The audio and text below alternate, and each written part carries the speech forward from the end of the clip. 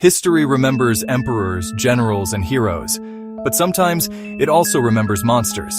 Today we uncover the chilling story of Wang Jixun, the brother-in-law of Emperor Taizu of Song, Zhao Kuangyin, a man who, according to the chronicles, tortured his young female slaves, cut their flesh, and even ate them alive. Wang Jixun was born into privilege. His father was a military governor, and his sister became the empress of Emperor Taizu of Song, Zhao Kuangyin. This made him the emperor's brother-in-law, a royal in-law, a so-called national uncle. Handsome in appearance, but reckless, cruel, and arrogant. Wang quickly rose through the ranks after Emperor Taizu of Song, Zhao Kuangyin seized the throne in the year 960. He commanded soldiers, led garrisons, and was entrusted with reviewing troops, but his arrogance grew unchecked. He insulted generals, tried to plot against rivals, and even allowed his soldiers to seize women from the streets of the capital. More than 100 of his men were executed, yet Wang himself escaped punishment, all because of his connection to the late empress. Stripped of his command in 966, Wang's cruelty only grew worse. At home, he turned his young female slaves into living victims of torture.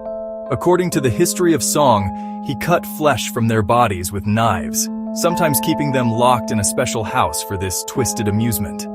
One stormy night, heavy rain broke the building, and many of the maidservants escaped, running straight to Emperor Taizu of Song, Zhao Kuangyin, to tell the truth.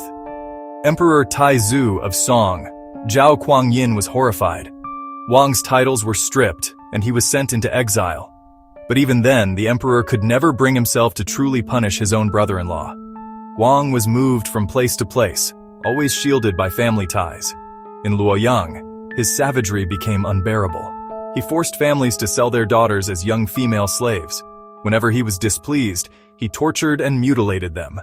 And, as the chronicles say, he ate their flesh. The bones of his victims were stuffed into coffins and dumped in the wilderness.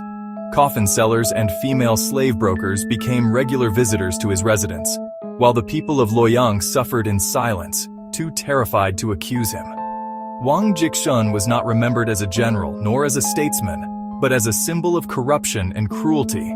The uncle of Emperor Taizu of Song, Zhao Kuangyin, protected by blood ties, transformed into one of the darkest figures of the early Song dynasty.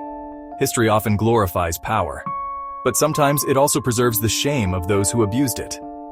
This was the horrifying tale of Wang Jixun, the man who feasted on young female slaves. If you want more stories from the shadowy corners of history, don't forget to like, subscribe, and share.